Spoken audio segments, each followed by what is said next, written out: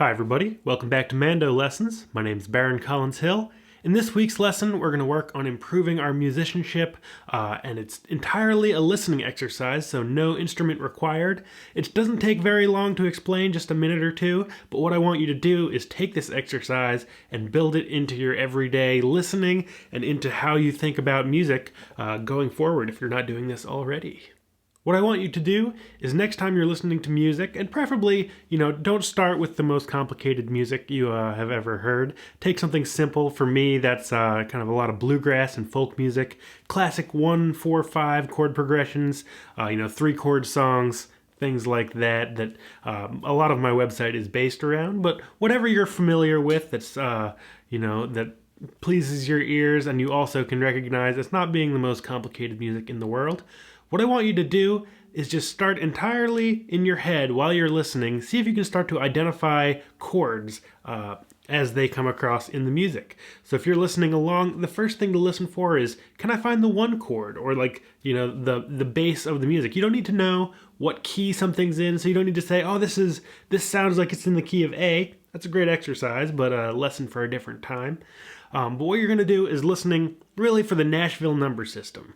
So there's lessons on the Nashville number system on my website, and the general idea is a lot of pop songs, most folk music, a lot of bluegrass, the vast majority of bluegrass really, is all based around 3 chords called 1, 4, and 5.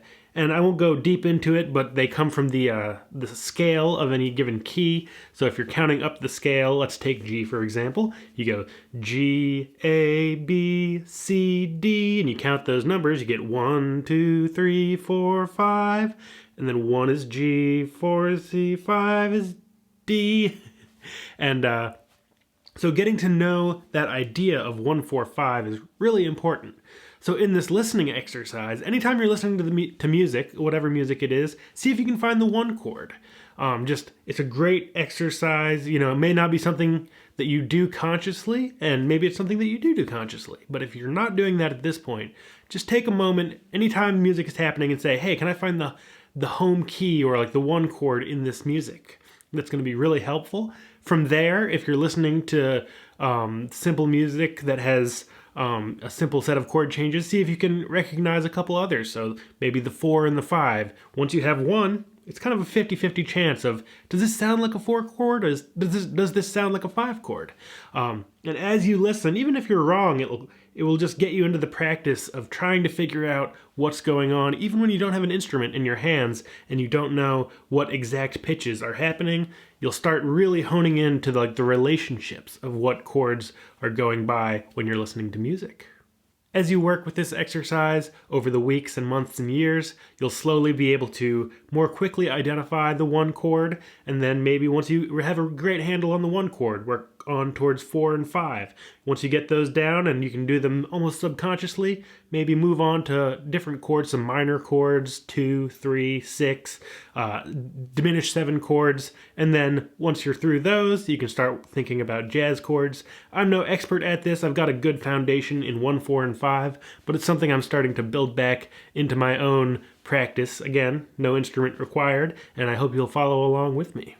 I hope you'll work on this with me. Again, it's a simple idea to explain, but really takes years to master. I recommend starting out, like I said, just working on identifying the one chord, then maybe put on an album that you know has only 1, 4, and 5 chords, a lot of bluegrass, a lot of old time, and just listen and say, can I find 1? Can I find 4? Can I find 5?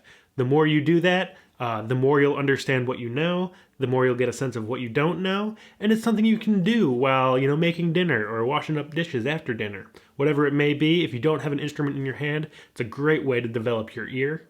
If you're looking for more instrument-specific lessons, I've got tons of them over at my website, mandolessons.com, as well as here on YouTube. So subscribe if you haven't already. I put out new lessons every single week. All my lessons are always free, but there are a couple ways to support me. I've got links in the description to a PayPal donation page. You can join me on Patreon and get access to lessons a day early and patron-only live streams. I've also got some merch if you're looking for a new hat or a t-shirt, something like that. Whatever way is greatly appreciated, but not required. Thanks so much for watching, and I'll see you next week. Bye-bye.